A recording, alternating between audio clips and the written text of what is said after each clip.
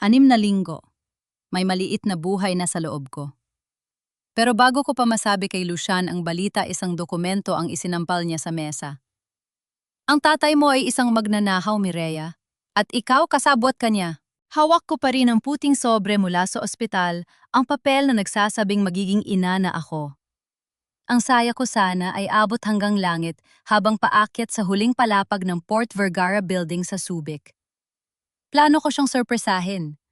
Naisip ko pa kung paano magliliwanag ang mga mata ni Lucian, kung paano niya ako yayakapin at sasabihing ito na ang simula ng aming pamilya. Pero ang bumungad sa akin ay hindi yakap, kundi ang malalamig na mga mata ng lalaking minahal ko ng higit pa sa sarili ko. Anong ibig mong sabihin, Lucian? Halos hindi ko makilala ang sarili kong boses. Nangangatog ang aking mga tuhod at ang malamig na aircon sa loob ng opisina ay tila nanunuot hanggang sa aking mga buto. Hindi siya sumagot. Sa halip, pinaligiran ako lang dalawang lalaking nakabarong mga abogado ng kumpanya. Kasunod nito ay ang pagpasok ng mga gwardya. Sa gitna nila, nakatayo si Lucian, tuwid na tuwid suot ang kanyang mamahaling suit na tila ba isang baluti na hindi ko na kayang tibagin. Huwag ka nang magmalinis, Mireya, mariing sabi niya. Ang boses niya na dati ay bumubulong sa akin ng mga salitang, "Mahal kita," ay tila naging matalim na kutsil, yung ngayon. 500 milyong piso. Yan ang nawawala sa kumpanya dahil sa huling audit na ginawa ng tatay mo bago siya mamatay. At ikaw bilang katuwang niya sa opisina, imposibleng wala kang alam. Hulidap ito, Lucian. Alam mong inosente si Papa. Namatay siya sa atake sa puso dahil sa mga paratang na yan at nayon, pati ako. Napahigpit ang hawak ko sa sobreng dala ko. Gusto kong isigaw, "Hulidap ito, Lucian. Alam mong inosente si Papa, namatay siya sa atake sa puso dahil sa mga paratang na yan at nayon. Pati ako." Napahigpit ang hawak ko sa sobreng dala ko. Gusto kong isigaw sa kanya na buntis ako. Gusto kong sabihin sa kanya na ang kasabwat na tinutukoy niya ay may daladalang buhay na kalahati ay sa kanya. Pero may kung anong nagpigil sa akin nang makita ko ang pandidiri sa kanyang mukha. Inilapit niya ang kanyang mukha sa akin sapat na para maamoy ko ang pamilyar niyang pabango, pero wala nang init ng kanyang hininga. Akala mo ba hindi ko alam kung bakit ka lumapit sa akin? Ginamit mo ang katawan mo, ang kunwaring pag-ibig mo, para lang makakuha ng impormasyon at pagtakpan ng dumi ng pamilya niyo? Well, newsflash, Mireya, mas matalino ako sa inyong mag-ama. Hinayaan kitang lumapit para mas madali kitang mahuli. Tila tumigil ang mundo ko. Ang bawat gabi na magkasama kami, ang bawat pangako ng kasal, ang bawat plano para sa hinaharap, lahat ba yon ay bahagi lang ng isang laro. Ang sakit ay hindi lang basta luha. Para itong malaking bato na dumadagan sa aking dibdib, pinipigilan akong huminga. Ito ang huling beses na makakatapak ka rito. Patuloy ni Lucian habang itinuturo ang pinto. Tiniti ako sa iyo, Mireya Castillo, hindi lang ang pangalan mo ang dudurugin ko. Ang bawat sentimo na ninakaw ng tatay mo ay babawiin ko kahit pa mabulok ka sa kulungan. Ibinigay ng kanyang sekretarya ang isang asul na folder sa kanya. Doon ko nakita ang mga litrato ko, mga pagkakataong nag-iimbestiga ako ng palihim sa mga luma at maalikabok na file ng kumpanya para linisin ang pangalan ni Papa. Hindi niya alam ang totoo. Hindi niya alam na ang hinahanap ko ay ang patunay na ginamit lang si Papa ng isang taong mas mataas pa. Pero para kay Lucia, ako ang traidor. Lumabas ako ng opisina na tila isang anino. Ang mga dating kasamahan ko sa trabaho na dati ay bumabati sa akin ng may ngiti, ay ngayon nag-iiwas ng tingin. Ang iba ay nagbubulungan habang nakatitig sa aking likuran. Naririnig ko ang salitang magnanakaw na paulit-ulit na bumubulong sa hangin. Pagdating ko sa labas, bumuhos ang malakas na ulan sa Subic Bay. Tumingala ako sa madilim na langit habang ang mga luha ko ay humahalo sa lamig ng patak ng tubig. Hinaplos ko ang aking tiyan. Sa gitna ng kahihiyan at galit na nararamdaman ko, naroon ang isang maliit na tibok ng puso. Isang sanggol na walang malay na ang kanyang ama ay ang taong nagnanais na sirain ng kanyang ina. Pumunta ako sa sementeryo o sa harap ng puntod ni Papa. Basag-basa ako, nanginginig at nag-iisa. "Pa! Patawad po!" Hagulgol ko habang nakaluhod sa basang lupa. Akala ko makakahanap ako ng katarungan sa piling niya. Akala ko siyang magliligtas sa atin. Biglang tumunog ang cellphone ko. Isang unknown number. Nang buksan ko ang mensahe, parang tumigil ang tibok ng puso ko sa takot. Umalis ka na ng Manila ngayong gabi, Mireya. Kung mahal mo ang buhay mo at ang batang nasa sinapupunan mo, huwag ka nang magpapakita sa mga Vergara. Hindi lang si Lucia ang kalaban mo. Sa oras na malaman ni Doña Marcela na buntis ka, sisiguraduhin niyang hindi sisikat ang araw para sa inyo. Nabitawan ko ang cellphone. Sino ang nagpadala nito? Paano niya? Nalamang buntis ako. At bakit pati ang batang wala pang muwang ay nasa panganib? Tumingin ako sa paligid. Ang mga puno sa sementeryo ay tila mga higanteng nagmamasid sa akin. Ramdam ko ang panganib na papalapit. Si Lucian ay galit, pero ang nanay niya, si Doña Marcela, kilala ito sa pagiging malupit pagdating sa danggal ng kanilang pamilya. Hindi nila hahayaang ang isang kastilyo ay magdala ng dugong Vergara. Kinuha ko ang aking bag. Wala na akong gamit, wala na akong pera, at wala na akong kakampi. Ang tanging dala ko ay ang katotohanang nakabaon sa aking isipan at ang sanggol na kailangan kong protektahan. Kailangan kong mawala. Kailangan kong itago ang batang ito. Kahit mga hulugan yon ng paglimot sa aking tunay na pangalan. Kahit mga hulugan yon ng pagtira sa pinakamalayong lugar na hindi nila ako mahahanap. Habang sumasakay ako sa bus, paalis ng Subic, lumingon ako sa huling pagkakataon sa mga ilaw ng lungsod. Sa loob-loob ko, isang panata ang nabuo. Isang panata na hindi dala ng luha, kundi ng purong determinasyon. Lucian, baka ngayon ay talunan ako. Baka ngayon ay pinagtatagwan kita. Pero tatandaan mo ito, balang araw babalik ako. At sa araw na yon, hindi na ako ang babae nagmakaawa sa pag-ibig mo. Ako na ang magiging auditor ng sarili mong kasalanan. At sisiguraduhin kong sa huling pagtutuos natin, ikaw ang magbabayad ng lahat. Ang bus ay nagsimulang gumalaw. Patungo sa kadiliman, dala ang isang babae na wala ng lahat, maliban sa isang lihim na magbabago sa tadhana ng mga Vergara. Ang bawat yapak ko sa sahig ng terminal ng bus ay tila may kasunod na anino. Ang bawat taong lumingon sa direksyon ko ay nagpapatibok na mabilis sa puso ko. Sa loob ng 5 oras matapos akong palayasin ni Lucian, natutunan ko ang isang bagay. Ang takot ay mas mabilis pa sa balita. Sinubukan ko mag-withdraw sa ATM sa kanto ng sementeryo, pero ang lumabas sa screen ay ang mga salitang magpaguho sa huling pag-asa ko. Account frozen. Napahawak ako sa malamig na makina, Doña Marcela. Hindi lang si Lucia ang kumikilos. Ang kapangyarihan ng mga Vergara ay parang galamay ng pugita na mabilis na sumakal sa lahat ng koneksyon ko. Hindi lang nila ako gustong palayasin. Gusto nilang mamatay ako sa gutom sa kalsada. Kailangan ko makaalis. Bulong ko sa sarili ko habang hinihimas ang tiyan ko. Hindi tayo pwedeng manatili rito, anak. Hindi tayo ligtas. Sumakay ako sa isang jeep, tapos lumipat sa isa pa hanggang sa makarating ako sa isang malayong terminal na hindi madalas puntahan ng mga kakilala ko. Binenta ko ang suot kong gintong, kwintas ang huling regalo ni Papa sa isang sanglaan sa palengke. Masakit. Pero yun lang ang tanging paraan para magkaroon ng cash na hindi masusubaybayan ng bangko. Habang nasa loob ng bus patungong Batangas Pier, hindi ako makatulog. Ang bawat busina ng sasakyan ay tila sirena ng pulis sa pandinig ko. Binuksan ko muli ang misteryosong text sa cellphone ko. Umalis ka na ng Manila? Sa oras na malaman ni Doña Marcela na buntis ka, sisiguraduhin niyang hindi sisikat ang araw para sa inyo. Sino ang nagpadala nito, isang tao sa loob ng kumpanya? O baka si Lucian hindi? Imposible. Si Lucian ang mismo nagtaboy sa akin. Siya ang nagsabing dudurugin niya ako. Marahil ay isa ito sa mga dating tauhan ni Papa na may utang na loob pa rin sa kanya. Nang makarating ako sa pier, bumili ako ng tiket sa barko patungong Bohol. Pinili ko ang pinakamalayong probinsya na pwedeng puntahan. Sa Bohol, wala akong kakilala. Doon ang dagat at ang mga burol ang magiging pader ko laban sa mga Vergara. Sa loob ng barko sa gitna ng ingay ng mga pasahero at amoy ng dagat, doon lang ako nakaiyak ng husto. Nakaupo ako sa isang sulok na katago ang mukha sa aking mga tuhod. Ang sakit ng pagtatraidor ni Lucian ay parang sariwang sugat na binubudburan ng asin sa bawat hampas ng alon.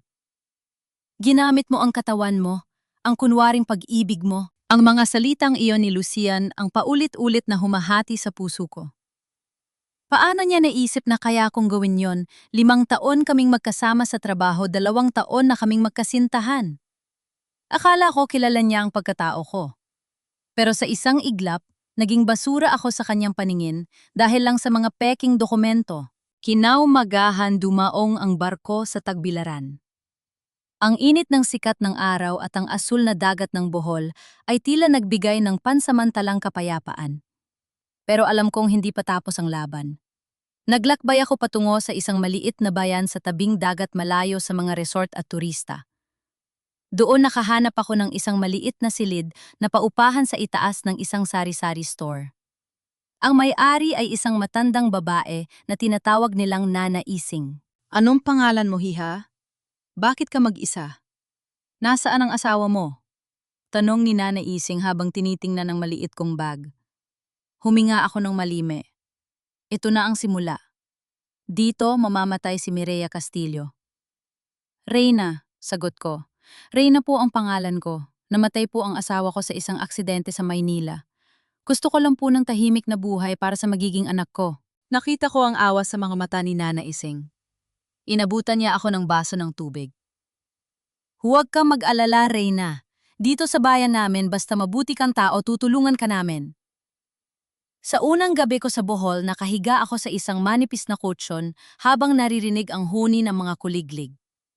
Binuksan ko ang aking bag at kinuha ang isang maliit na USB drive na nakatago sa tahi ng lining ng bag.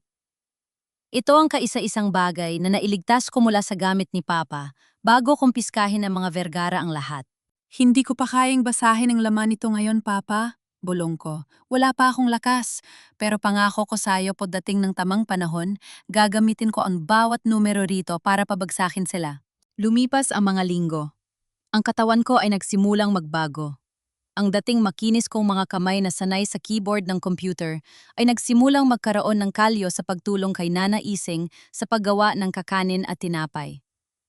Natutunan kong gumising bago sumikat ang araw, magmasa ng harina at magtiis sa init ng hurno. Pero sa kabila ng hirap, masaya ako. Dahil sa bawat galaw ko, nararamdaman ko ang paglaki ng aking anak, si Joaquin. Yon ang pangalang ibibigay ko sa kanya, pangalan ng lolo niya. Isang hapon, habang nag-aayos ako ng mga tinapay sa estante, may humintong itim na SUV sa tapat ng tindahan. Ang puso ko ay tila gustong tumalon sa lalamunan ko. Ang ganitong klase ng sasakyan ay hindi pangkaraniwan sa maliit naming bayan. Bumaba ang isang lalaking nakasalamin na itim. Tumingin siya sa paligid, hawak ang isang litrato. Lumapit siya kay Nana Ising. Magandang hapon po, may nakita po ba kayong babaeng kamukha nito? Mireya Castillo ang pangalan niya. Galing siya sa Manila. Tanong ng lalaki. Narinig ko ang boses niya mula sa likod ng kurtina. Nanigas ang buong katawan ko. Ang litratong hawak niya, iyon ang litrato ko nung huling Christmas party sa Port Vergara. Mireya, wala namang ganyang pangalan dito, iho. Sagot ni Nana Ising, nang walang pag-aalinlangan. Ang nandito lang ay si Reyna, yung tumutulong sa akin. Pero buntis yun at balo. Hindi naman ganyan ang itsura nun. Mas payat, etong nasa larawan mo. Sigurado po ba kayo? Pagpipilit ng lalaki. Importante lang po, may kailangan lang bawiin ng pamilya Vergara sa kanya. Sigurado ako, maraming dumadaan ditong lansa, baka napunta na sa kabilang isla. Taboy ni Nana Ising. Nang umalis ang sasakyan, napasandal ako sa pader nang inyinig ang buong katawan. Hindi nila ako tinatigilan. 5 buwan na ang nakalipas pero hinahanap pa rin nila ako. Bakit? Kung totoong paratang nilang magnanakaw ako, bakit kailangan pa nilang magpadala ng tao sa ganito kaling lugar? Huminga ako ng malalim at tumingin sa salamin. Ang buhok ko ay maikli na ngayon. Ang balat ko ay medyo umitim sa sikat ng araw at ang mukha ko ay mas matapang na kaysa dati. Hindi niyo ako mahahanap. Bulong ko habang nakatingin sa papalayong alikabok ng SUV. Dahil ang Mireyang hinahanap niyo ay patay na. At ang Reynang kaharap niyo ngayon ay handa ng lumaban. Pero sa loob-loob ko natatakot ako. Kung nahanap nila ang bayang ito, gaano pa katagal bago nila malaman ng totoo? Gaano kalayo ang kailangan kong takbuhin para protektahan ang anak ko? Matapos ang pagbisita ng itim na SUV na yon, hindi na ako muling nakatulog ng mahimbing. Ang bawat katok sa pinto, ang bawat banyagang mukha na bumibili ng tinapay ay tila isang banta. Pero lumipas ang mga araw, buwan at taon, at ang takot na yon ay naging isang bahagi na lamang ng aking pagkatao. Isang malamig na hangin na palaging nakabase sa aking likuran. 5 taon ang mabilis na lumipas. Ang maliit na bayan ng Anda sa Bohol ang naging saksi sa aking muling pagsilang. Wala na si Mireya Castillo on the air ko na auditor ng Subic. Ang kilala na nila ngayon ay si Reyna, ang matapang na biyuda na nagpapatakbo ng Reyna's Bake Shop. Ang bango ng mainit na pandesal at ensaymada tuwing madaling araw ang naging bagong musika ng buhay ko. Nanay! Nanay! Tingnan mo po, nakakuha ako ng 5 bituin sa pagsusulit namin. Isang mabilis na yapak ang narinig ko sa labas ng hurno. Pumasok ang isang batang lalaki na may mapupungay na mata at matanggos na ilong. Si Joaquin. Sa tuwing tinitingnan ko siya, tila sinasampal ako ng tadhana. Ang bawat anggulo ng kanyang muka, ang bawat ngiti at ang paraan na paggunot ng kanyang no kapag nag-iisip ay kopya ng lalaking nagnanais na sirain ako. Ang galing naman ng aking anak, sabi ko habang pinapahira ng harina sa aking pisngi at hinalikan siya sa noo. Dahil dyan gagawan kita ng paborito mong cheese spread mamaya? Yehey! Salamat nanay! Mahal na mahal kita! Yakap niya sa akin. Sa bawat yakap ni Joaquin, nararamdaman ko ang lahat ng pagod na nawawala.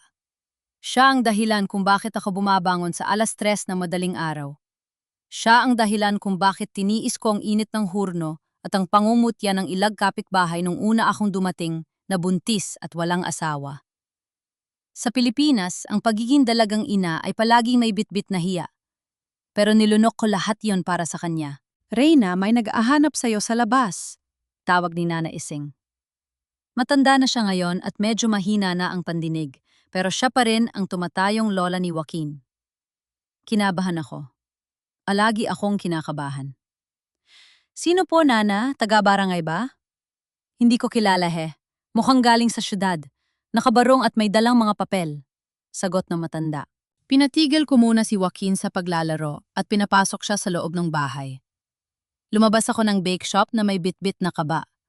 Pero pagkakita ko sa lalaki, medyo gumaan ang loob ko. Hindi siya mukhang tauhan ng mga Vergara. Mukha siyang pagod na empleyado.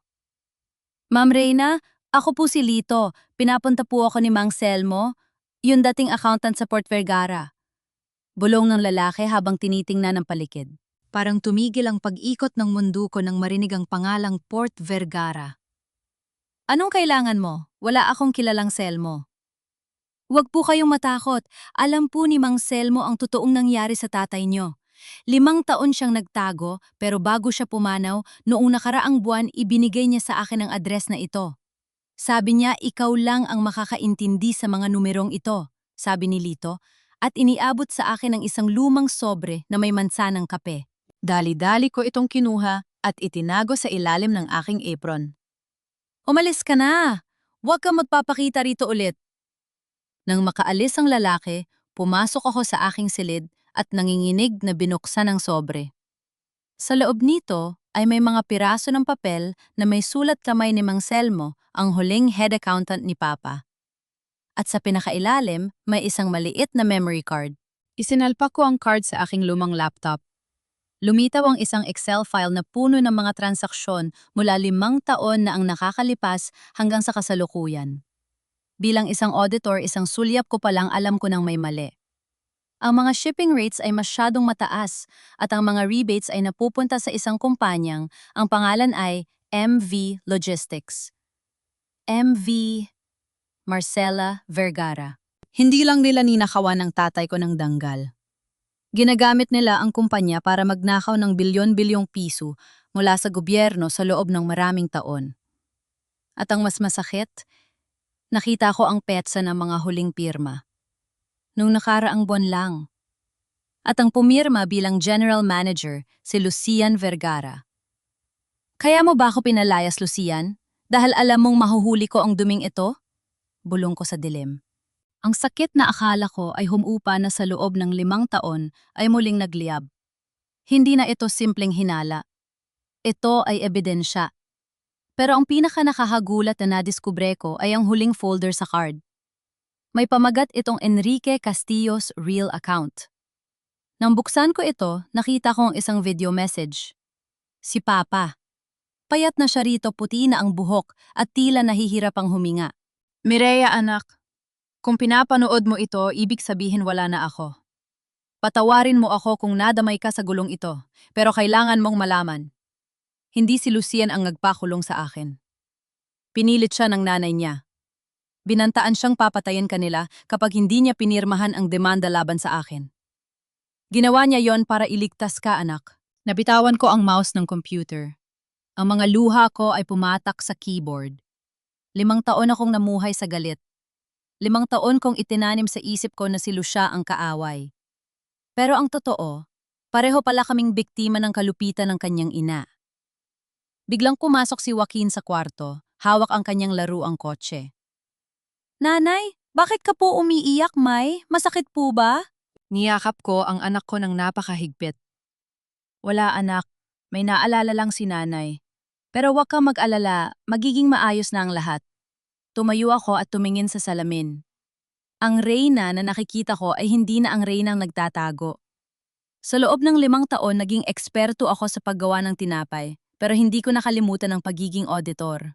Ang dumi ng mga Vergara ay nasa harap ko na. Ang katarungan para kay Papa ay nasa mga kamay ko na. Pero higit sa lahat, ang kaligtasan ni Joaquin ay hindi na makukuha sa pagtatago. Kailangan kong bumalik sa Maynila. Hindi bilang isang biktima kundi bilang ang babaeng maglalantad sa bulok na sikreto ng mga Vergara. Nana Ising, tawag ko sa labas. Mag-empake po tayo. Pupunta tayo ng Maynila. Ang liwanag mula sa screen ng aking lumang laptop ang tanging tumatanglaw sa madilim kong silid. Sa labas, naririnig ko ang baned na hampas ng mga alon sa pampang ng Anda, pero ang isip ko ay nasa libo-libong kilometro ang layo sa mga di-aircon na opisina ng Maynila at sa mga maalikabok na bodega ng Port Vergara. Huminga ako ng malalim habang tinitingnan ang mga spreadsheet. Bilang isang auditor, ang mga numero ay may sariling wika. At ang wikang sinasabi nila ngayon sa akin ay puro kasinungalingan. Hindi lang ito simpleng pagkakamali. Bulong ko sa sarili ko habang hinahaplos ang aking sentido. Ito ay isang sining ng pagnanakaw. Natuklasan ko ang mekanismo ng paloloko ni Doña Marcela. Gumagamit siya ng mga ghost shipments, mga kargamento na nasa papel lang pero hindi naman talaga dumating o umalis. Ang mga bayad sa mga kargametong ito ay idinadaan sa MV Logistics, ang kumpanyang pag-aari niya na hiwalay sa Port Vergara. Ang perang ito ay hindi dumadaan sa tax at direktang napupunta sa kanya mga personal na account sa ibang bansa. At ang pinakamasakit, ang pangalan ni Papa, ang ginamit niya bilang authorized signatory sa lahat ng mga peking dokumentong ito. Kahit patay na ang tatay ko, patuloy pa rin nilang ginagamit ang kanyang alaala para protektahan ang kanilang dumi. Nanay, bakit hindi ka pa po natutulog? Napatalon ako sa gulat. Nakatayo si Joaquin sa pinto, kinukuskus ang kanyang mga mata habang yakap ang kanyang paboritong unan. Dali-dali kong isinara ang laptop. Wala lang anak, may tinatapos lang si nanay. Halika rito. Binuhat ko siya at pinaupo sa kandungan ko. Ang bangmo ng kanyang buhok ay tila gamot sa lahat ng pagod ko. Pero habang tinitingnan ko ang kanyang mukha, hindi ko maiwas ang makita si Lucian. Kung totoo ang sinabi ni Papa sa video, kung totoo na pinrotektahan lang kami ni Lucian, bakit hanggang ngayon ay hinahayaan niya ang kanyang ina na gawin ito, kasabot ba siya? O biktima rin? Pupunta po ba tayo sa malayo, nanay? Tanong ni Joaquin.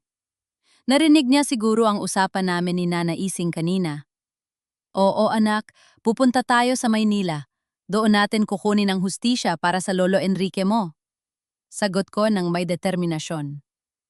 Makikita ko na po ba ang tatay ko doon? Napatigil ako. Yun ang tanong na palagi kong iniiwasan sa loob ng 5 taon.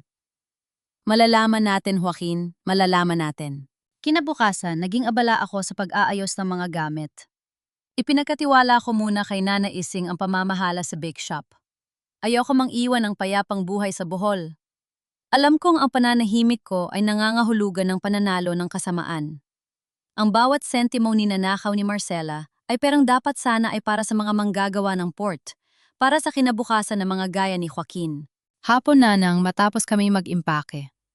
Habang nagwawalis ako sa harap ng tindahan sa huling pagkakataon isang kakaibang katahimikan ang bumalot sa paligid. Ang mga kapitbahay na dati ay nagsitsismi, ay tila na tahimik.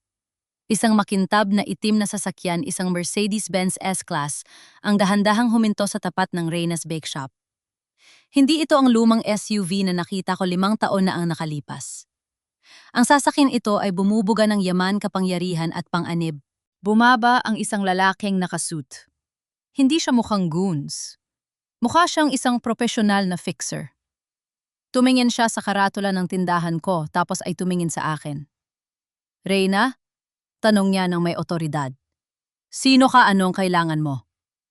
Matapang kong sagot, bagamat ang puso ko ay parang gustong kumawala sa aking dibdib. Hindi siya sumagot. Sa halip, lumapit siya sa bintana ng sasakyan at binuksan ang pinto sa likod. Isang matandang babae ang dahan-dahang bumaba. Nakasuot siya ng mamahaling puting terno, may suot na perlas na kwintas, at ang kanyang mga mata ay kasing talim ng agila. Doña Marcela Vergara. Nanigas ang buong katawan ko. Parang bumalik ang lahat ng sakit, lahat ng takot, at lahat ng galit mula sa nakaraan. Ang hangin sa paligid ay tila naging yelo. "Kaya pala, hindi ka mahanap ng mga tamtu ko sa loob ng 5 taon?" Panimula ni Marcela. Ang boses niya ay malambing pero puno ng lason. "Nagtatago ka sa likod ng harina at asukal. Matalino ka talaga, Mireya." "Wala nang Mireya rito," sagot ko habang pilit na pinatatatag ang aking boses. "Umalis kayo sa lugar ko." Mumiti siya ng tipid, isang ngiting hindi umaabot sa kanyang mga mata. "Huwag na tayo maglokohan. Alam kong alam mo na ang lahat. At alam ko ring may bitbit kang souvenir mula sa anak ko." Eksaktong lumabas si Joaquin mula sa loob ng bahay, tinatawag ako. "Nanay, nasaan po ang laruan kong?" Napatigil ang bata nang makita ang mga estrange. Nakita kong pagbabago sa mukha ni Doña Marcela. Ang kanyang mga mata ay nanlaki habang nakatitig sa mukha ni Joaquin. Nakita niya ang ebidensya, ang dugo ng mga Vergara na nanalaitay sa ugat ng aking anak. "Napakagwapong bata," bulong ni Marcela, at sa unang pagkakataon nakaramdam ako ng tunay na kilabot.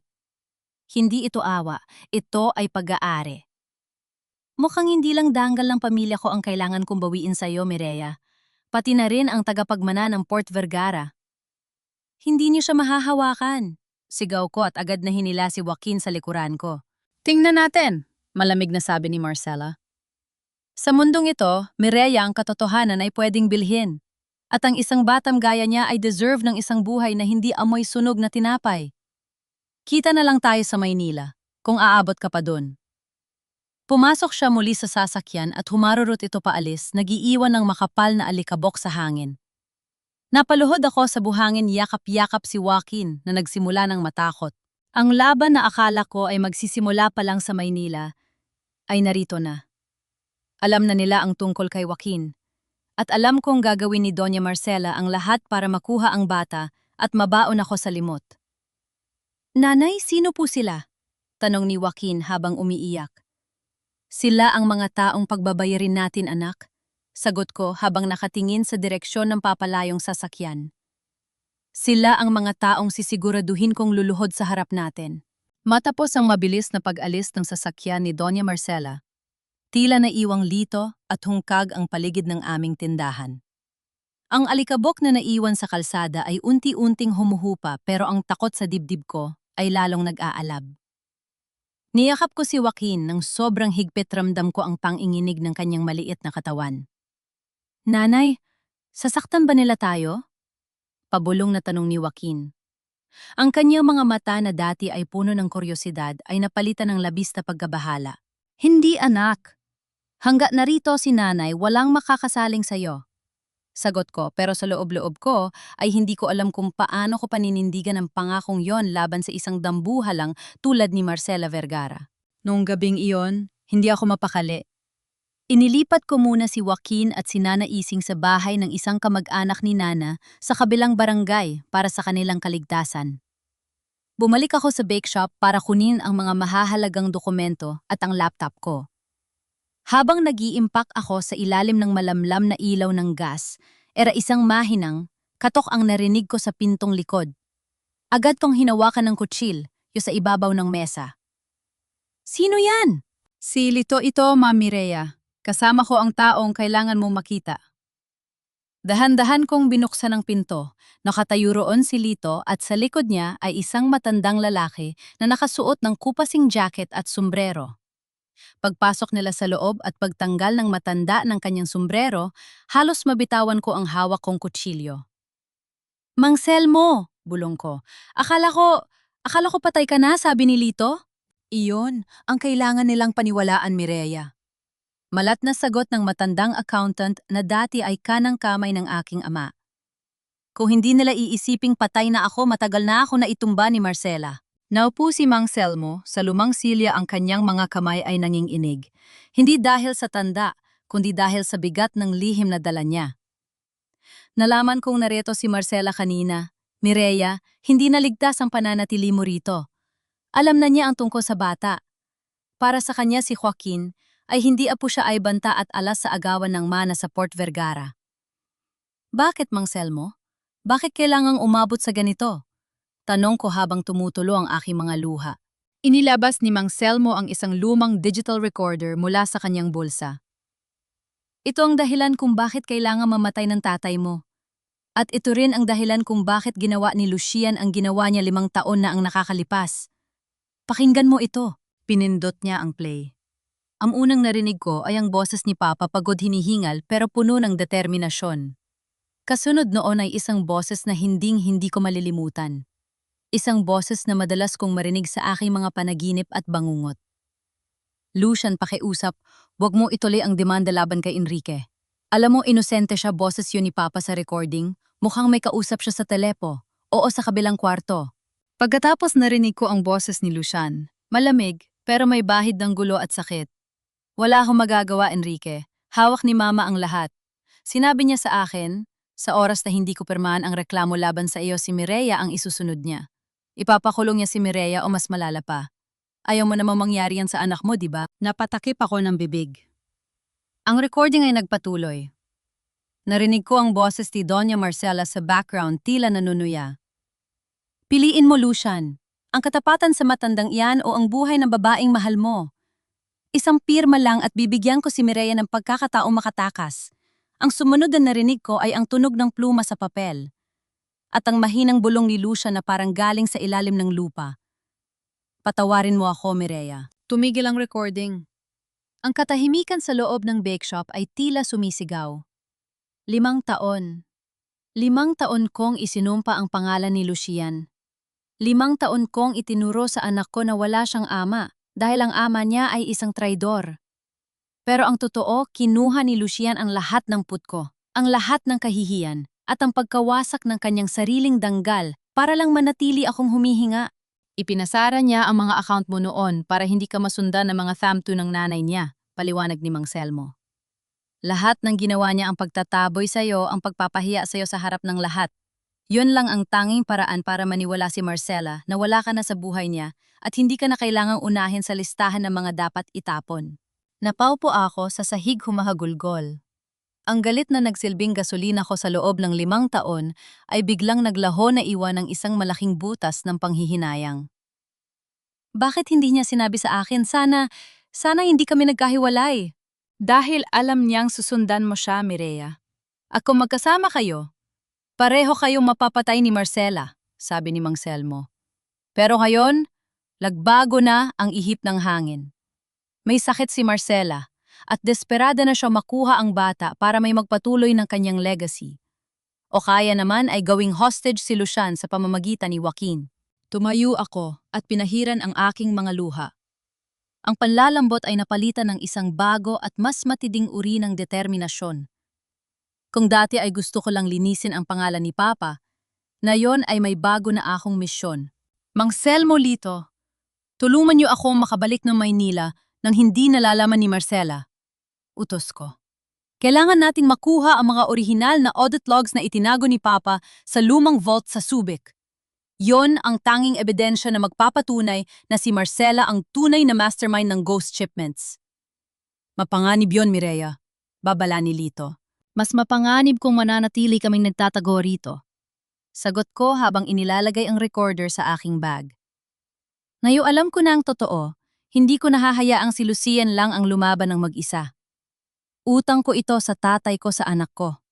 At sa lalaking hindi ko kailanman itinigil na mahalin. Hating gabi na nang lisanin namin ang Bohol, sakay ng isang maliit na lansa patungong Cebu, kung saan kami sasakay ng eroplano patungong Maynila, gamit ang mga peking dokumento na inihanda ni Mang Selmo. Habang pinagmamasdan ko ang lumalayong dalampasigan ng Anda, hinaplos ko ang recorder sa loob ng aking bag. Lucian, hintayin mo ako sa isip-isip ko. 5 taon mo, kaming pinrotektahan sa dilim.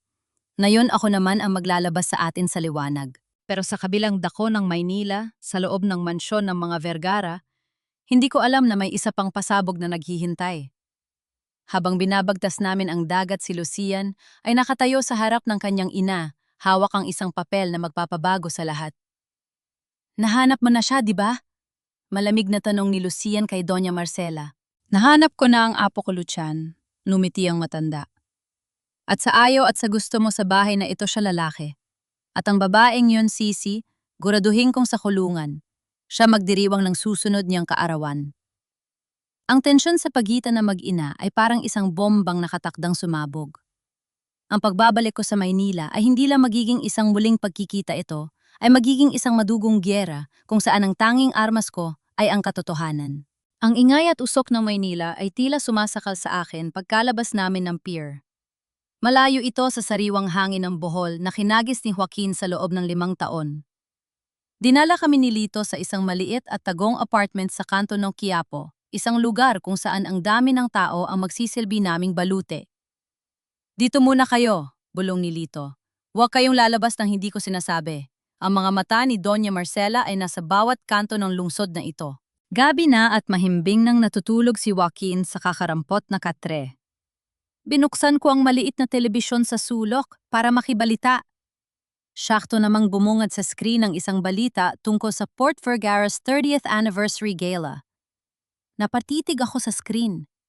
Naroon si Lucian. Nakasuot siya ng itim na taksido, seryoso ang muka, at mas matapang ang dating kaysa nung huli kaming magkita. Katabi niya si Doña Marcela na nakangiti sa mga reporter tila isang reynang walang bahid ng dumi ang korona. Ngayong gabi, ipinagdiriwang natin ang tagumpay ng Port Vergara. Pahayag ni Lucian sa harap ng mikroponyo. Ngunit higit sa lahat, ito ang gabi ng pagkilala sa katotohanan. Hindi ko alam kung bakit bigla akong kinabahan sa huling sinabi niya. Katotohanan? Anong katotohanan ang tinutukoy mo, Lucian? Biglang nagising si Joaquin at naupo sa tabi ko. Kinukuskus pa niya ang kanyang mga mata habang nakatingin sa telebisyon. Nanigas ang buong katawan ko nang ituro niya ang screen. Nanay, sino po yung lalaking yun? Tanong ni Joaquin, ang boses niya ay puno ng pagtataka. Bakit po kamukha ko siya sa salamin? Tumigil ang tibok ng puso ko. Hinaplos ko ang buhok ng anak ko pilit na itinatago ang panginginig ng aking kamay. Nakinatatakutan ko ang sandaling makikilala ng isang anak ang kanyang dugo nang hindi kailangan ng paliwanag. Nagkakamali ka lang, anak. Pagsisinungaling ko, isang masakit na pagsisinungaling na tila bumubutas sa aking lalamunan. Marami lang talagang magkakamukha sa mundo. Matulog ka na ulit. Pero nanay, pati yung nuna niya sa bandang tega, meron din po ako. Pagpupumilit ng bata. Joaquin, sabi ng matulog na, di ba? Medyo napalakas ang boses ko sa takot. Nakita ko ang lungkot sa mga mata niya bago siya muling humiga at tumalikod. Patawad, anak. Patawad kung kailangan kitang itangi sa sarili mong ama para lang hindi ka makuha sa akin. Kinabukasan, lumabas ako sandali para makipagkita kay Mang Selmo sa isang karinderya. Pero bago pa man ako makarating, nakita ko ang isang diaryo sa tapat ng tindahan. Ang headline ay naging sanhi ng aking pagkahilo. Former accountant's daughter wanted for child abduction and theft. Naroon ang litrato ko. Siniraan ako ni Marcela sa publiko. Sinabi niyang ninakaw ko ang pera ng kumpanya 5 taon na ang nakalipas at nayon ay tinatago ko ang tagapagmana ng mga Vergara. Ginagamit niya ang batas para ipitin ako. Ang bawat pulis, ang bawat barangay tanod ay naghanap na sa amin na yon. Nagmamadali akong bumalik sa apartment, halos madapa ako sa pagtakbo. Joaquin, nanaising, kailangan nating lumipat. Pero pagbukas ko ng pinto, nanlambot ang aking mga tuhod. Ang apartment ay hinalughog. Ang mga damit ni Joaquin ay nakakalat sa sahig. Nakita ko si Nana Ising na nakaupo sa sulok, umiiyak at hawak ang kanyang braso.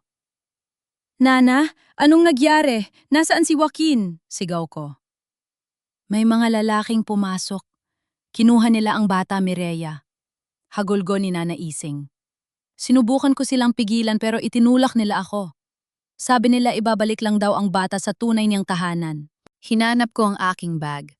Ang laptop at ang memory card ni Mang Selmo ay naroon pa rin, hindi nila kinuha ang ebidensya. Mukhang ang pakay lang nila ay ang bata. Pero nang tinan ko ang lalagyan ng mga dokumento ni Joaquin, dun ako tuluyang napahagulgol. Wala na ang birth certificate ni Joaquin. Iyon ang pinakamahalagang papel na magpapatunay na ako ang legal na ina. Kung hawak ni Marcela ang orihinal na dokumentong iyon, madali niya magagawa ng paraan na palabasing unfit mother ako, o kaya naman ay pekein ang pirma ko para makuha ang buong kustodiya. Ito ang patibong na matanda. Alam niyang babalik ako para sa anak ko. At sa oras na tumapak ako sa teritoryo niya, wala na akong hawak na laban dahil sa paningin ng batas ako ay isang kriminal at kidnapper. Biglang tumunog ang telepono sa loob ng apartment. Nanginginig ko itong sinagot. Hello, Mireya. Ang boses ni Doña Marcela ay kasing lamig ng kamatayan. Nasa akin ang apo ko. Napakagalang na bata, kamukhang-kamukha ni Lucian. Huwag kang mag-alala, maayos ang kalagayan niya rito sa mansyon. Ibalik mo sa akin ang anak ko, Marcela. Hayop ka, sigaw ko. Magkita tayo sa gala night bukas, Mireya. Doon natin tatapusin ang lahat. Magdala ka ng abogado, magdala ka ng ebidensya, pero tandaan mo, hawak ko ang bata. Isang maling galaw mo, sisiguraduhin kong hinding-hindi mo na makikita kahit anino ni Joaquin. Napaupo ako sa sahig yakap ang maliit na una ni Joaquin na naiwan. Ang pressure ay tila isang dambuhalang pader na gumuguho sa ibabaw ko. Wala na akong anak, wala na akong legal na papel. Pero meron akong galit, isang galit na hindi kayang bayaran ng kahit anong yaman na mga Vergara. Lucian, bulong ko sa hangin. Kung kasabot ka rito, sisiguraduhin ko magkakasama kayong babagsak ng nanay mo.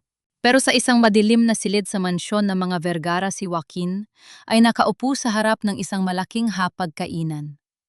Sa dulo ng mesa nakatingin sa kanya si Lucian. Ang mag-ama ay nagkatitigan sa unang pagkakataon. Sino ka po? Tanong ni Joaquin. Ako ang taong dapat ay matagal mo nang nakasama. Sagot ni Lucian, at sa kanya mga mata may isang patak ng luhang pilit niyang pinipigilan. Ang pananahimik ay hindi nangangahulugan ng pagsuko. Sa bawat luhang pumatak sa sahig na masukal na apartment na iyon, isang plano ang nabubuo sa aking isipan. Ang takot na kanina ay nagpaparalisa sa akin ay unti-unting naging isang malamig at matalim na determinasyon. Hindi ako pwedeng umiyak lang dito, Nana Ising, sabi ko habang pinapahira ng aking mga mata. Yon ang gusto ni Marcela. Gusto niyang makita akong hapuwasak at lumuluhod sa harap niya. Tumayo ako at kinuha ang aking laptop. Binuksan ko muli ang mga file ni Mang Selmo. Kung kinuha nila si Joaquin, ibig sabihin ay kumpiyansa silang wala na akong alas. Pero nagkakamali sila.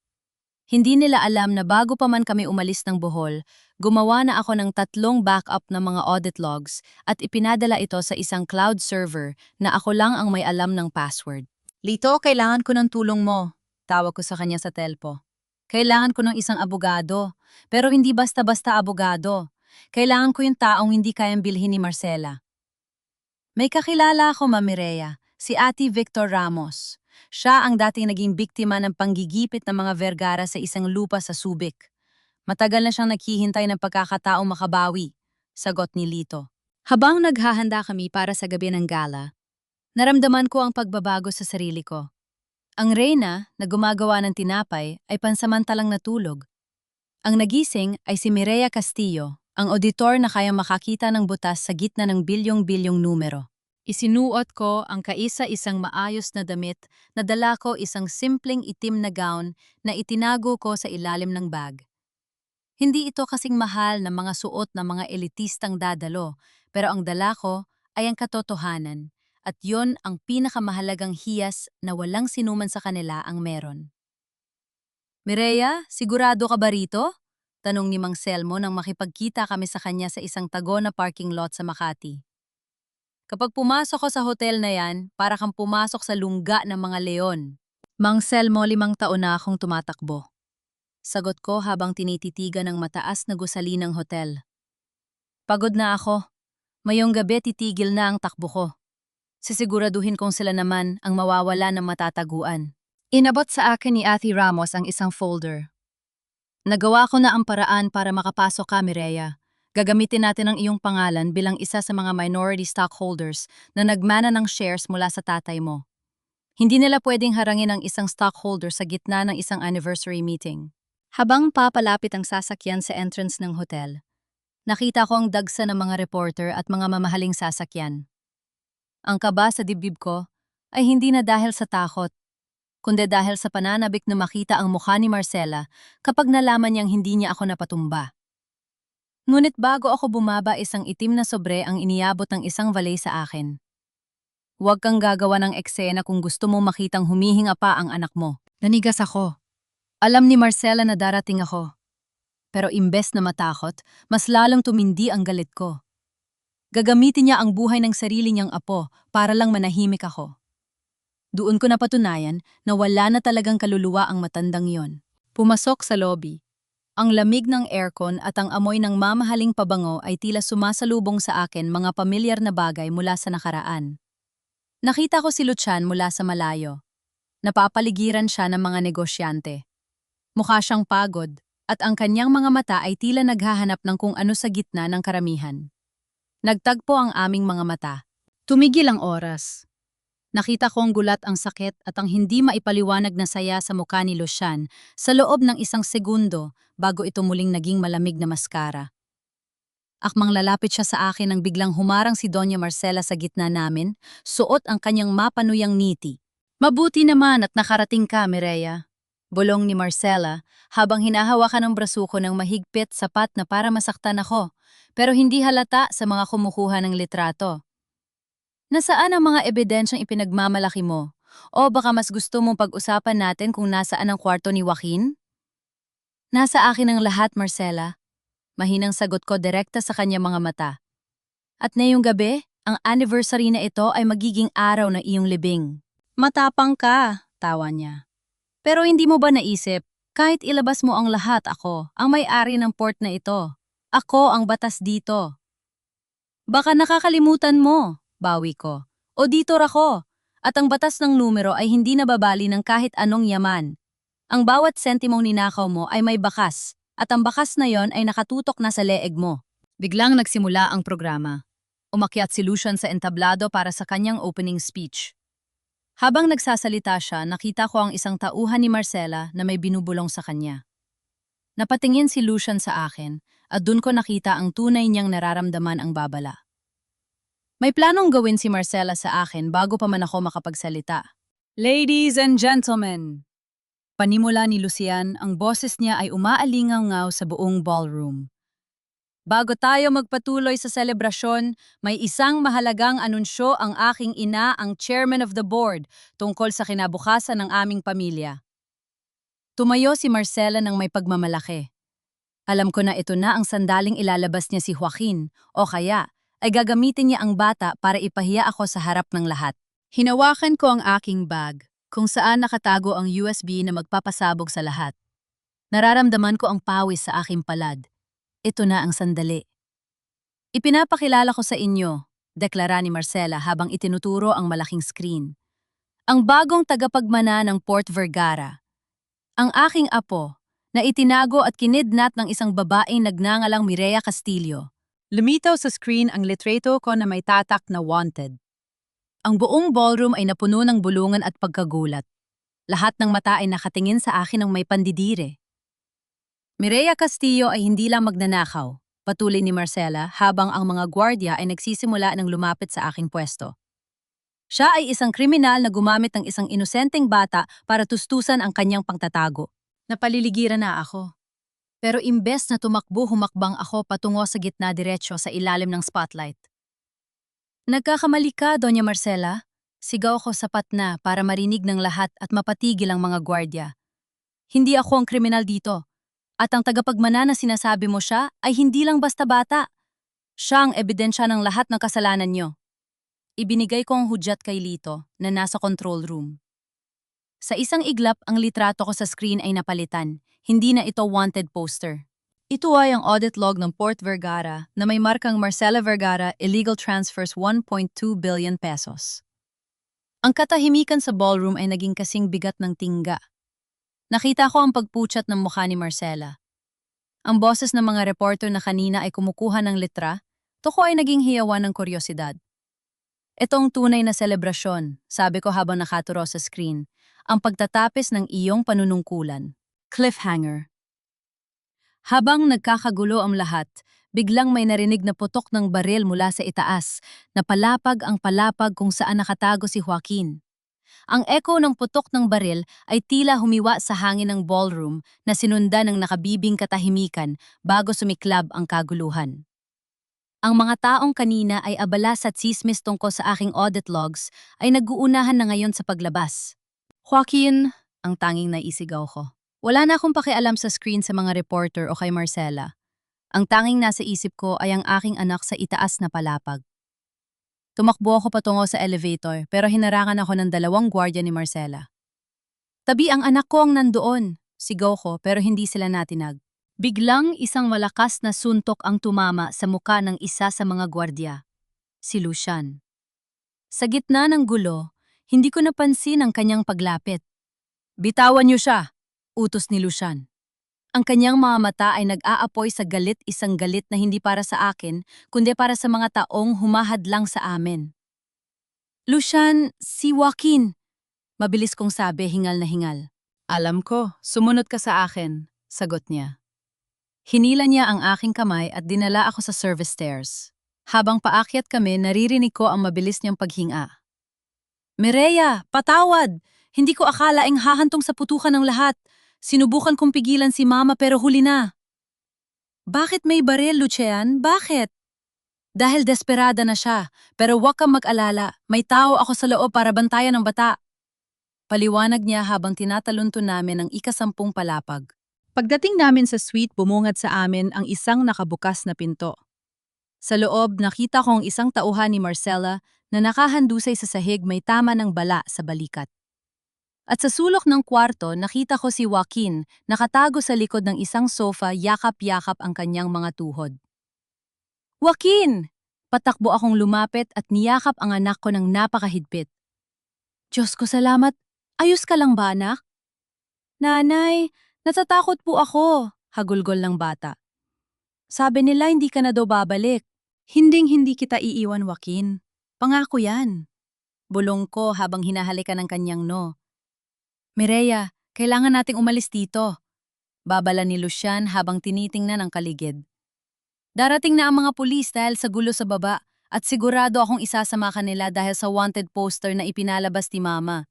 Ngunit bago pa kami makahakbang palabas, isang pamilyar na tunog ng mga takong ang narinig namin mula sa hallway.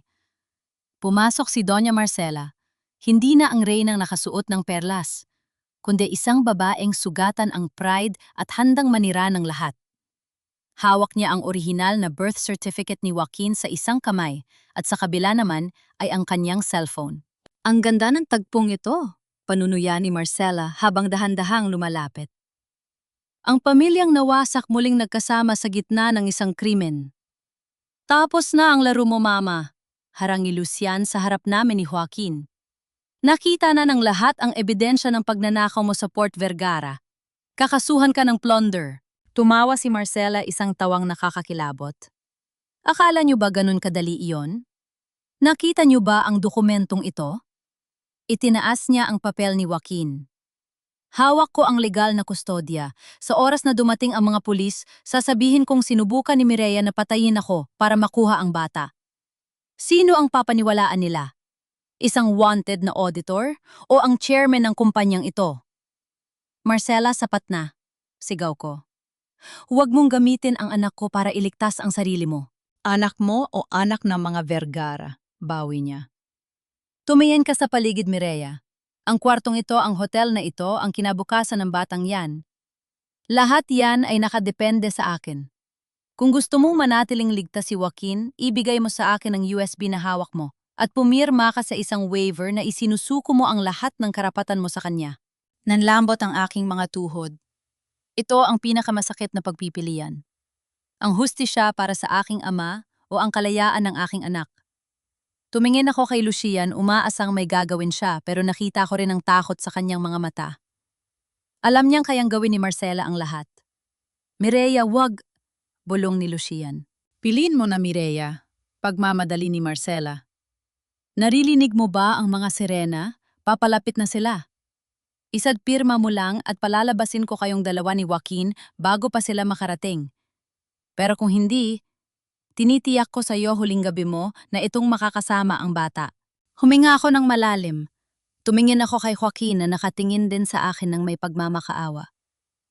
Doon ko naramdaman ang bigat ng pagiging isang ina. Para sa akin ang danggal ko ay pwedeng isakripisyo ang husti. Siya para kay Papa ay pwedeng maghintay basta't ligtas ang aking anak. Dahan-dahan kong kinuha ang USB mula sa aking bag. Akmang iabot ko na ito kay Marcela nang biglang nagsalita si Joaquin. Nanay, wag po. Sabi niyo po ang katotohanan ang magliligtas sa atin. Sabi ng bata sa kanyang inosenteng boses. Huwag niyo pong ibigay sa masamang lola. Napatigil ako. Ang mga salita ng aking 5 taong gulang na anak ay tila isang sampal sa akin. Tumingal ako kay Marcela at nakita ko ang isang bagay na hindi ko napansin kanina ang kanyang panginginig. Takot siya. Takot siya dahil kahit hawak niya ang bata, wala siyang hawak na katotohanan. Hindi ko ibibigay sa iyo ang ebidensya, Marcela. Sabi ko ng may bagong lakas. At hindi ko isusuko ang anak ko. Dahil ang batang ito, hindi siya isang Vergara o Castillo para sa'yo. Siya ay si Joaquin at siya ang magiging saksi sa pagbagsak mo.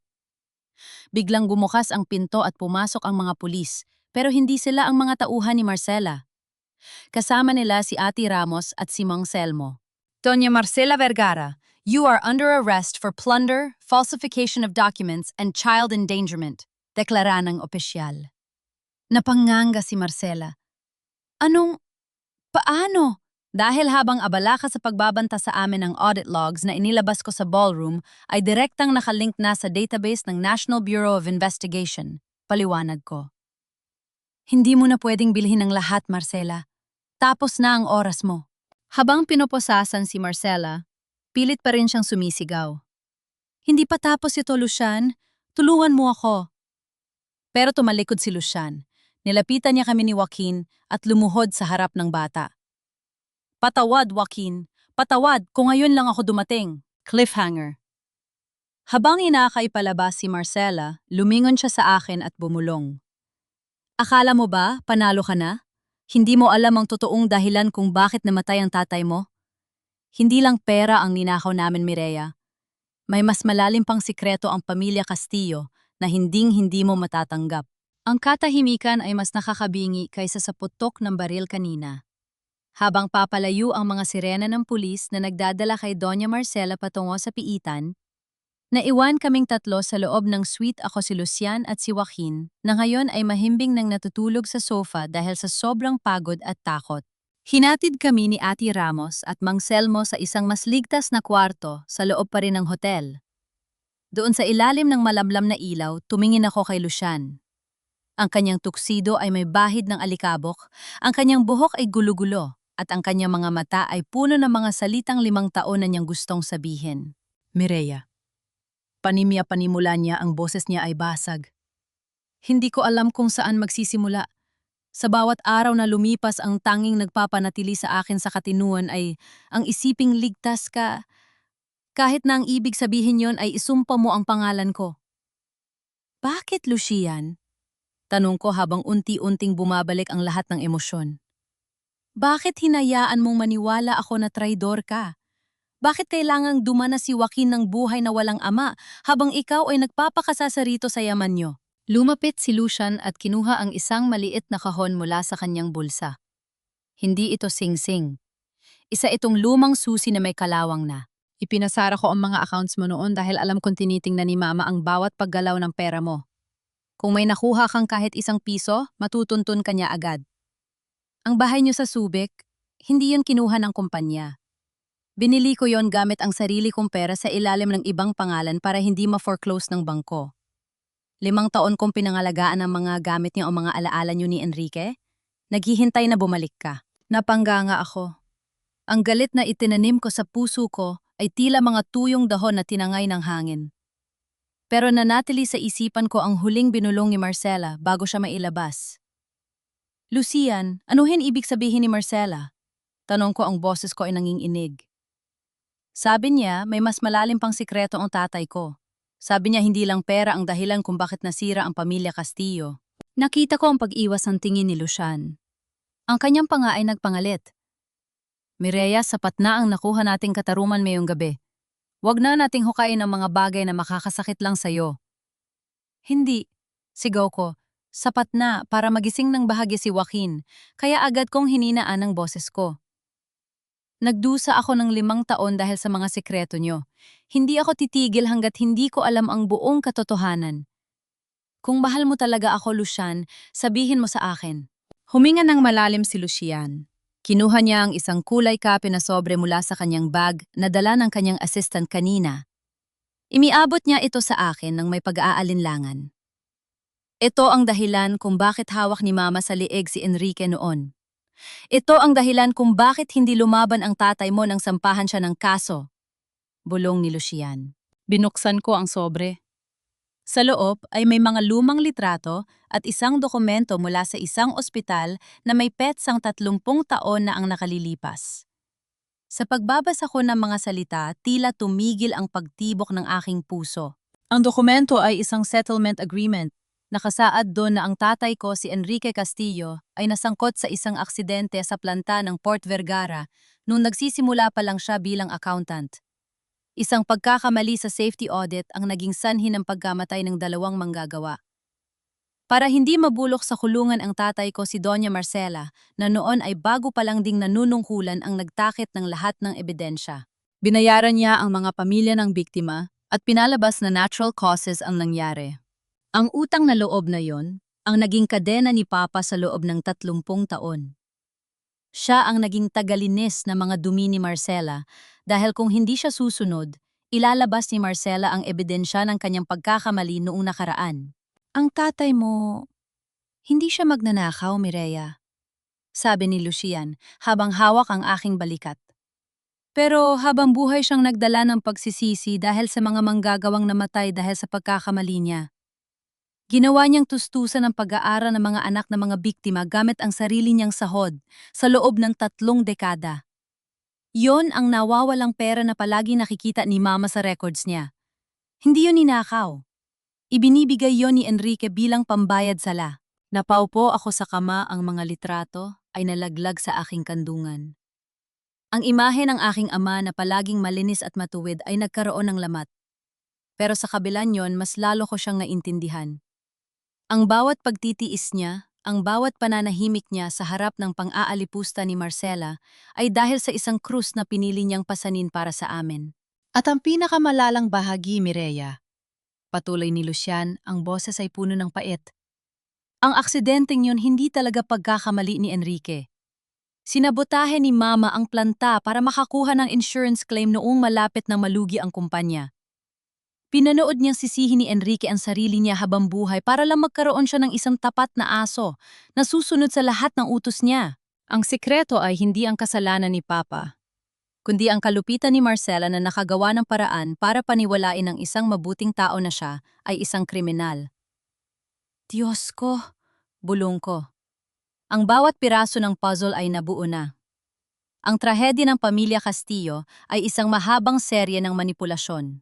Mireya, tapos na ang lahat, sabi ni Lucian. Lumuhod siya sa harap ko at hinawakan ang aking mga kamay. Nasa kulungan na si Mama. Ang pangalan ni Enrique ay malilinis na sa tulo ng mga audit logs na inilabas mo. Pero ang tanong ko, mapapatawad mo ba ako? Mapapatawad mo ba ako sa 5 taon na ninakaw ko sa inyo ni Joaquin? Tiningnan ko si Lucian. Nakita ko sa kanya ang lalaking minahal ko. Ang lalaking naging kuta ako. At ang lalaking handang maging kalaban ng sarili niyang dugo para lang sa aming katarungan.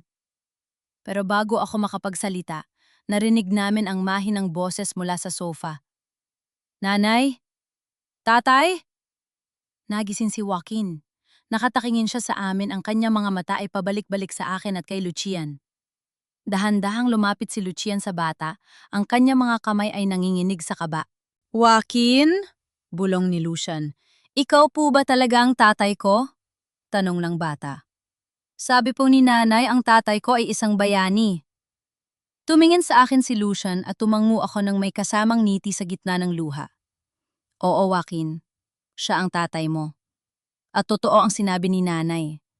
Isa siyang bayani. Niyakap ni Lucian ang kanyang anak ng napakahigpit, isang yakap na 5 taon na huli, pero puno ng lahat ng pag-ibig na naipon sa dilim. Cliffhanger. Habang nagkakayakap ang mag-ama, biglang tumunog ang telepono ni Lucian. Isang tawag mula sa ospital kung saan dinala si Doña Marcela para sa isang medical check-up bago tuluyang ikulong. Sir, tumakas po si Doña Marcela. May tumulong sa kanyang mga armadong lalaki sa gitna ng transport. At ang huling nakuha naming impormasyon, papunta sila sa lumang warehouse sa Subic kung nasaan ang mga orihinal na titulo ng lupa nyo. Ang laban ay hindi pa pala tapos. Ang sugatang tigre ay nakawala at alam kong ang huling hininga nito ay ilalaan niya para sa amin. Ang balitang tumakas si Doña Marcela ay parang isang malamig na buhos ng tubig sa gitna ng nagbabagang tagumpay. Hindi pa tapos ang gabi. Hindi pa kami ligtas. Mireya, manatili ka rito kasama si Joaquin. Tatawag ako ng karagdagang seguridad. Mariing utos ni Lucian habang mabilis na isunusuot ang kanyang jacket. Ang kanyang mukha ay bakas ng matinding pag-aalala. Hindi, Lucian.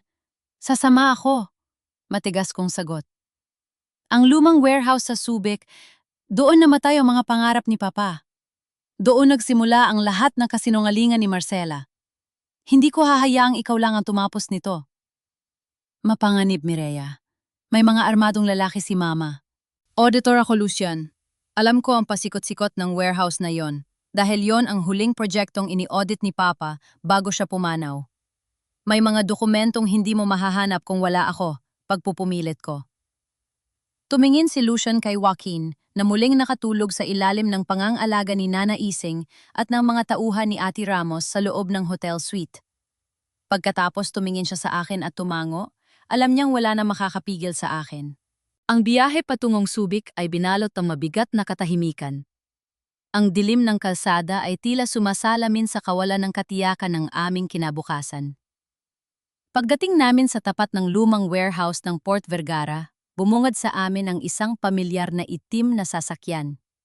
Nakabukas ang malaking pinto ng bodega at mula sa loob aninag ang liwanag ng isang sulo. Dito ka lang sa likod ko? Bulong ni Lucian habang dahan-dahang humahakbang papasok. Hawak niya ang kanyang cellphone handang mag-signal sa mga pulis na sumusunod sa amin. Ang loob ng warehouse ay amoy kalawang alikabok at gasolina. Nandyan na pala ang paborito kong anak at ang babaeng sumira sa lahat.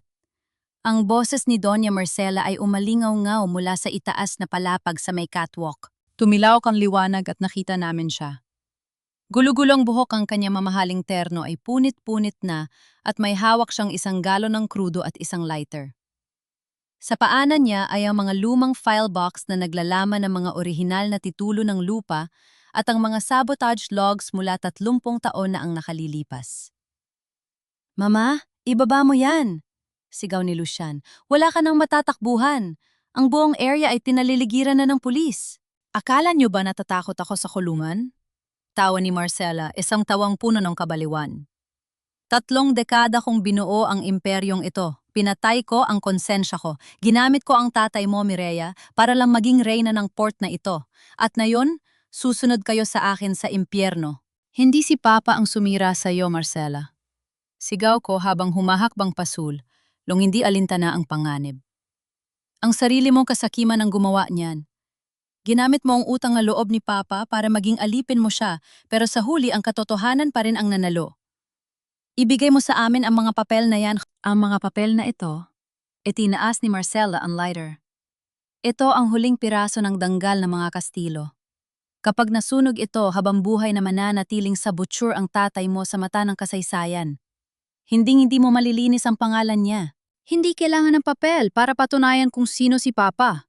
Bawi ko ang boses ko ay nanginginig sa galit at sakit. Ang buhay na ibinigay niya sa akin, ang katapatang itinuro niya at ang pagmamahal ni Lucian, sapat na yon.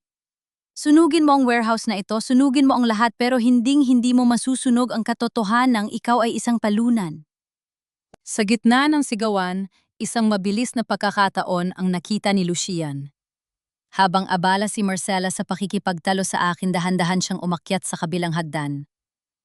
Pero bago pa siya makalapit, ibinuhos ni Marcella ang gasolina sa mga box at sa paligid ng catwalk. Huwag kang lalapit, Lucian, o isasama kita sa apoy. Banta ng matanda. Mama, pakiusap. Itigil mo na ito. Pagsusumamo ni Lucian, tumigil siya sa gitna ng hagdan. May apo ka. May Joaquin ka. Gusto mo bang lumaki siya na ang huling alaala sa lola niya ay ang gabing ito? Napatigil si Marcella nang marinig ang pangalan ni Joaquin. Sa loob ng ilang segundo, nakita ko ang pag-aalinlangan sa kanyang mga mata. Isang kislap ng pagkatao na akala ko ay wala na. Pero agad itong napalitan ng pot. Ang batang yun ay hindi kailanman magiging akin hanggat buhay ang babaeng ito. Turo niya sa akin. Biglang sinindihan ni Marcella ang lighter. Ang apoy ay mabilis na gumapang sa gasolinang kumalat. Mireya, takbo! Sigaw ni Lucian habang tumatalon patungo kay Marcella para pigilan ito. Nagpambuno ang magina sa ibabaw na naglalagablab na catwalk. Ang usok ay nagsimulang bumalot sa buong warehouse. Sumigaw ako sa takot habang nakikita ang mga kahoy na bumabagsak. Tumakbo ako paakyat para tulungan si Lucian, pero isang malaking beam ang bumagsak sa pagitan namin. Lucian, lumabas na kayo riyan! Sigaw ko. Nakita ko si Lucian na nakuha ang mga box ng dokumento at itinapon ito pababa malayo sa apoy. Pero si Marcella ay ayaw bumitaw. Nakakapit siya sa braso ni Lucian, tila balak talagang isama ang sariling anak sa kamatayan. Iwan mo na ako, Lucian. Hayaan mo na ako mamatay kasama ang imperyo ko. Sigaw ni Marcella. Hindi kita iiwan, ma. Bulyaw ni Lucian habang pilit na kinakaladkad ang kanyang ina palayo sa lumalamon na apoy.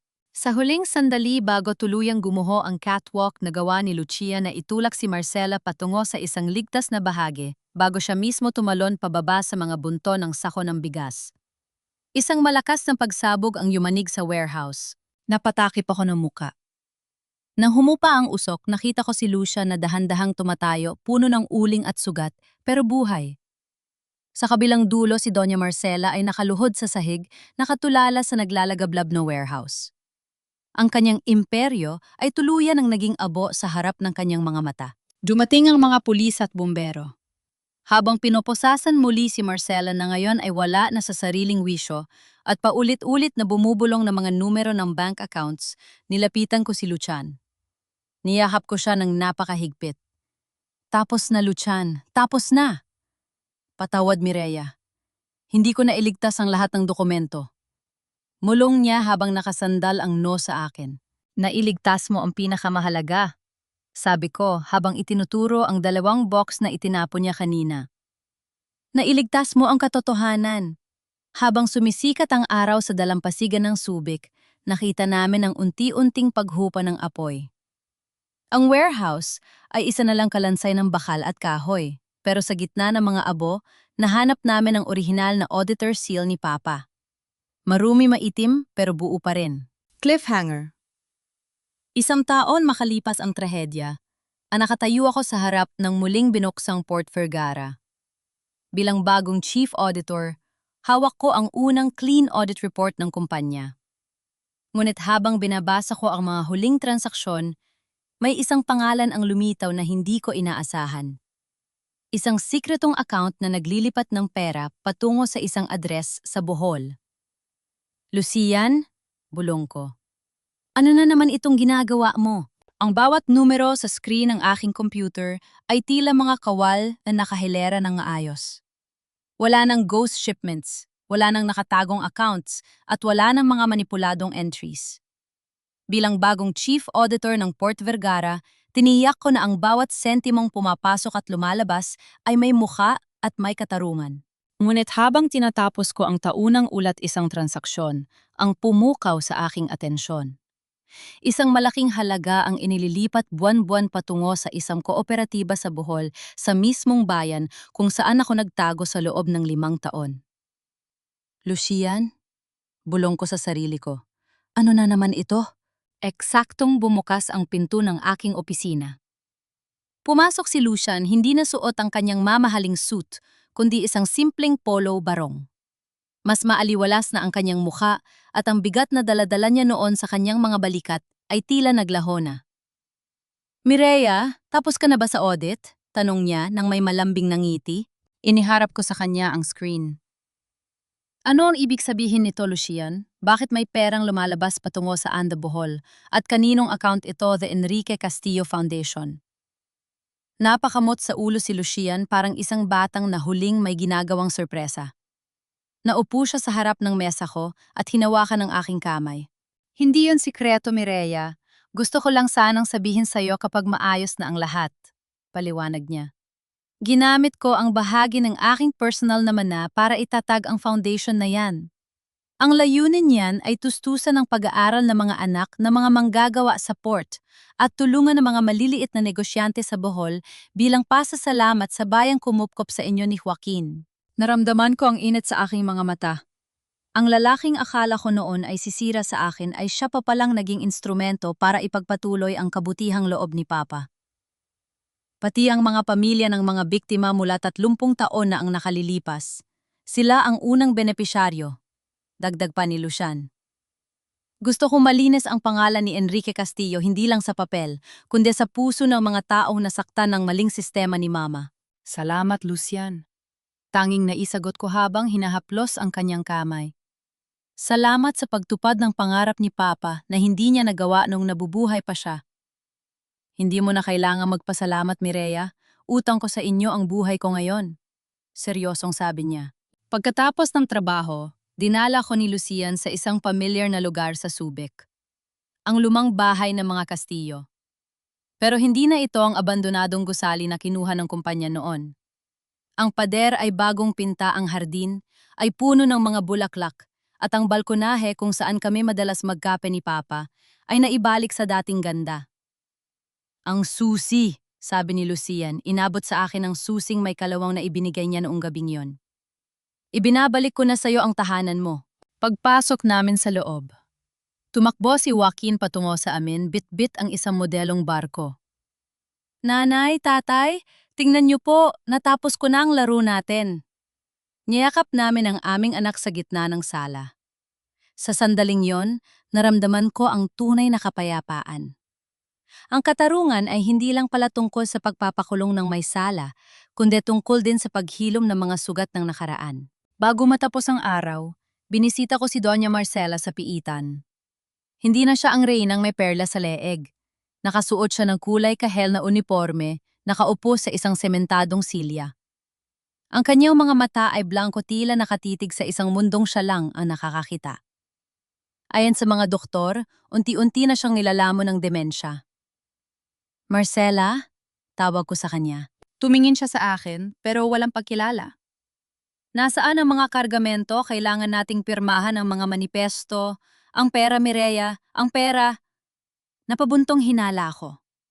Ang babaeng ginawang Diyos ang pera ay ngayon ay bilanggo ng sariling ang isipan paulit-ulit na binibilang ang mga kayamanang hindi na niya kailanman mahahawakan. Iyon ang pinakamabigat na karma, ang mawala sa sarili, habang ang imperyong binuo mo sa kasinungalingan ay naglaho na. Patawad na ang dala ko, Marcela. Bulong ko. Hindi para sa iyo, kundi para sa sarili ko at sa anak ko. Para hindi na kami muling maging bilanggo ng galit mo. Lumabas ako ng kulungan na magaan ang loob. Pagdating ko sa sasakyan, naghihintay si Lucian at Joaquin. Nagmaneho kami patungo sa dalampasigan. Inilabas ko mula sa aking pitaka ang isang lumang piraso ng papel. Ang tiket sa bus mula 5 taon na ang nakalilipas ang gabing tumakas ako mula sa Subic patungong Bohol. Ito ang naging simbolo ng aking paghihirap, ng aking takot at ng aking pagtatago. Hinayaan ko itong liparin ng hangin patungo sa dagat. Nanay, bakit mo itinapon? Tanong ni Joaquin habang pinapanood ang papel na lumulutang sa alon. Dahil hindi na natin kailangan ng tiket para tumakas, Joaquin, sagot ko habang nakasandal sa balikat ni Lucian. Dahil nandito na tayo sa kung saan tayo nararapat. Ang pag-ibig ay parang isang maayos na audit report. Minsan may mga pagkakamaling nakatago, may mga utang na mahirap bayaran, at may mga entries na masakit balikan. Pero kapag nahanap mo ang lakas, naharapin ang bawat butas at itama ang bawat mali, ang resulta ay isang balanse at mapayapang bukas. Tumingin ako sa papalubog na araw. Si Mireya Castillo ay hindi na ang auditor na nagtatago sa dilim. Ako na ang babaeng nahanap ang kanyang dignidad sa gitna ng mga abo. At ngayon, kasama ang lalaking handang itama ang lahat, handa na kaming isulat ang isang bagong kabanata. Isang kabanatang wala ng sikreto, tanging katotohanan at pag-ibig na walang katapusan.